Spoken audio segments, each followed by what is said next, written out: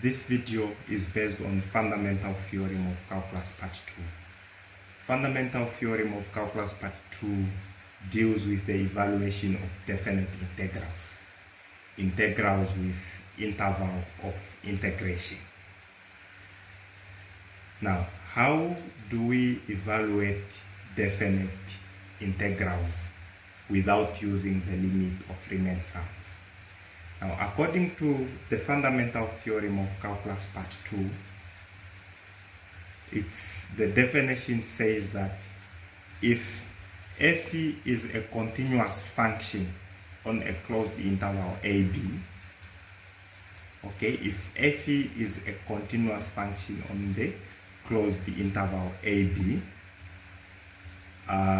then the definite integral from a to b of f of x dx is equal to capital F of b minus capital F of a, where capital F is any antiderivative of f. Okay, that is to say, if we differentiate capital F, the antiderivative, we have to get the original function f of x. Okay, so in other words, if f is continuous and differentiable on the closed interval AB, then the definite integral of the function f from a to b will be equal to capital F evaluated from a to b, meaning that we integrate first, then once we have done integrating, it's when we evaluate our antiderivative on the endpoints of the interval of integration. Now let us have our first example. Example number 1. The question says, find the area under the parabola y being equal to x squared, given that 0 is less than or equal to x, which is less than or equal to 1. Okay, meaning to find the area, we have to integrate our function y is equals to x squared. We integrate our function. Then, once we are done, we evaluate it from 0 to 1. And what we are going to get, that is the area under the curve of f. Okay? So, we are going to say that area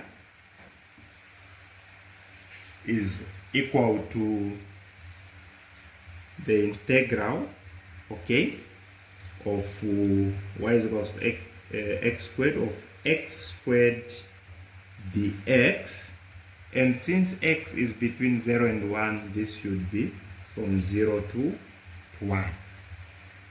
Okay, then we integrate x squared.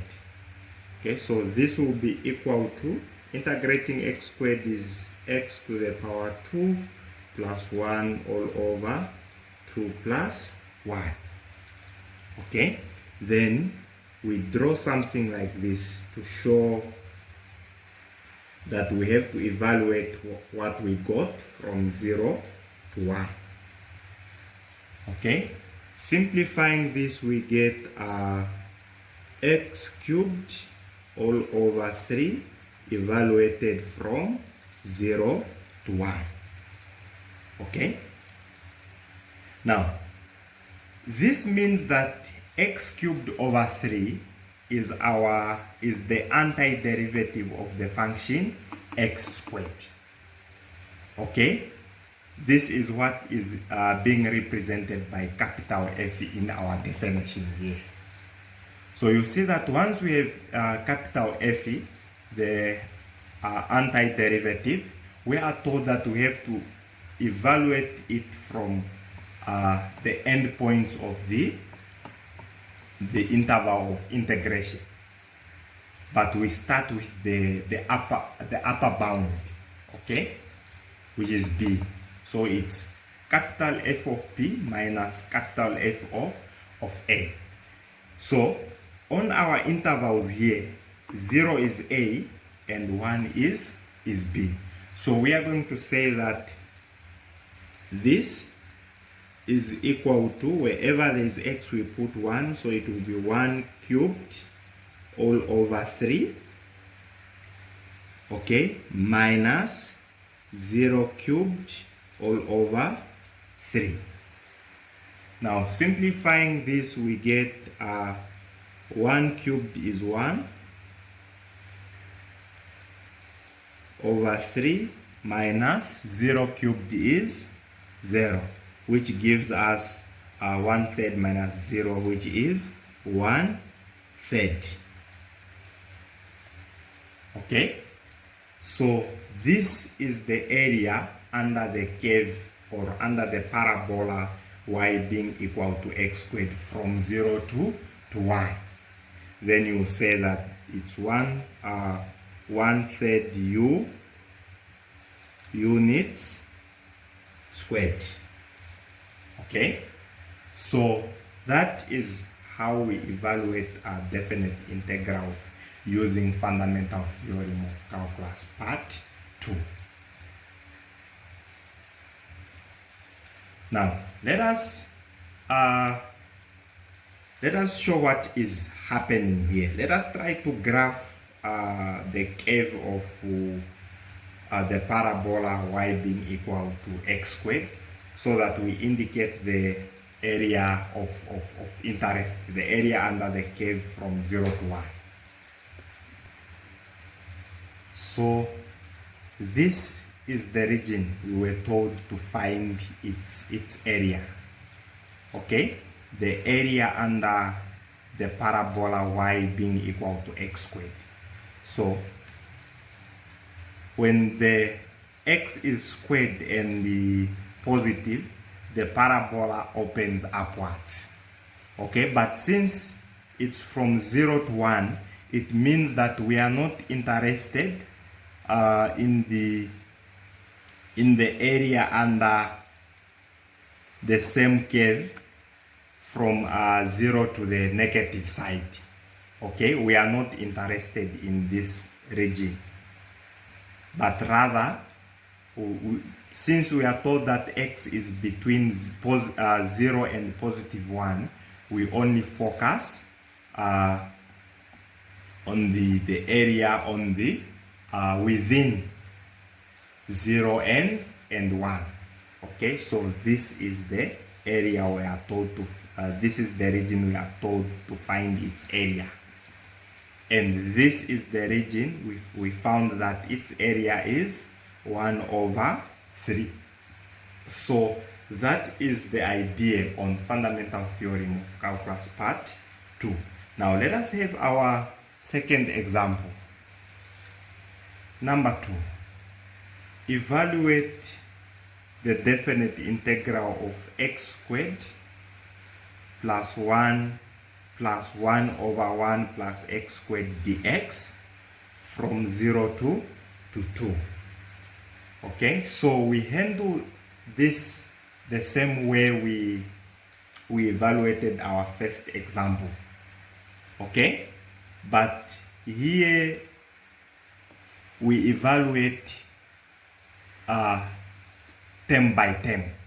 Okay, so we can break down, or we can separate our integral into 1, 2, 3, into 3 integrals, saying that it's the definite integral of x squared from 0 to 2 plus the definite integral of 1 from 0 to 2, the definite integral of 1/1 plus x squared from 0 to 2.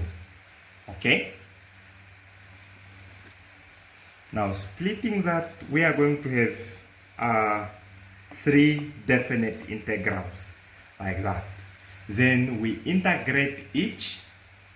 Okay, we sum the antiderivatives, then we evaluate from 0 to 2. Now let us do that.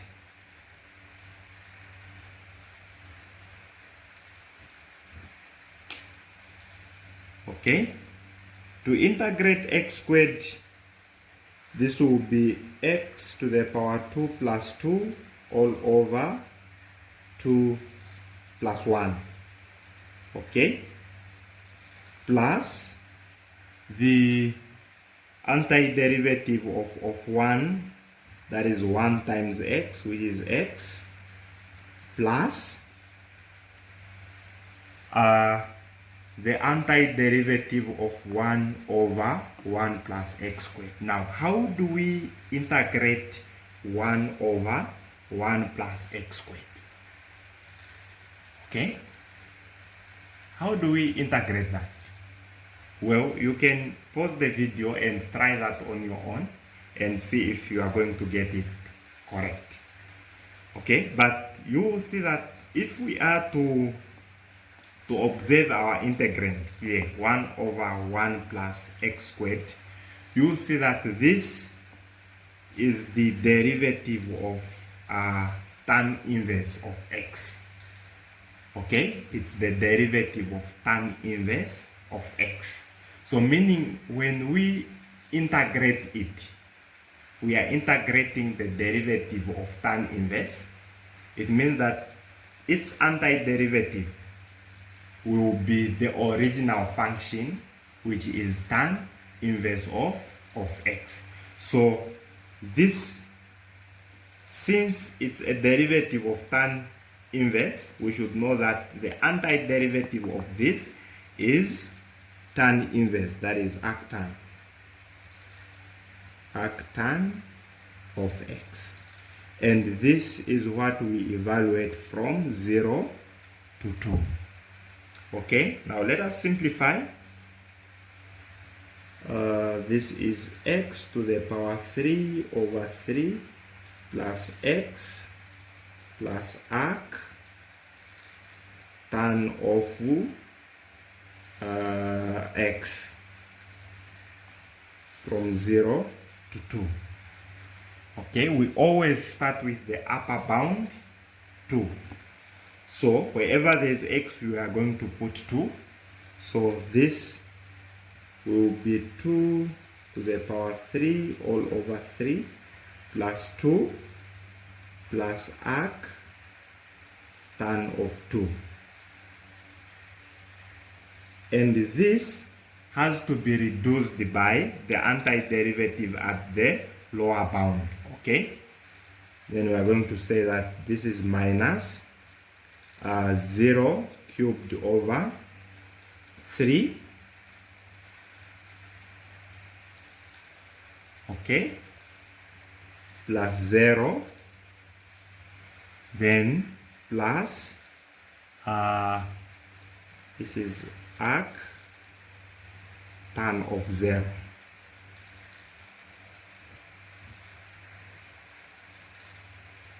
Tan of 0.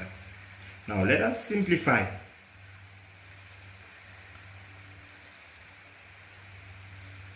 Uh, 2 to the power 3 gives us 8 over 3. This is plus 2 plus arc tan of 2. Okay, minus 0 cubed over 3 is 0. 0 plus 0 is 0. 0 plus arc tan of 0 is 0. So this is going to be reduced by 0. Okay, and simplifying our answer, we get, okay, then finally we get 14 over 3 plus arc tan of 2. So that is fundamental theorem of calculus part 2. In short, it deals with definite integrals. So fundamental theorem of calculus part 2 deals with integrating or evaluating definite integrals.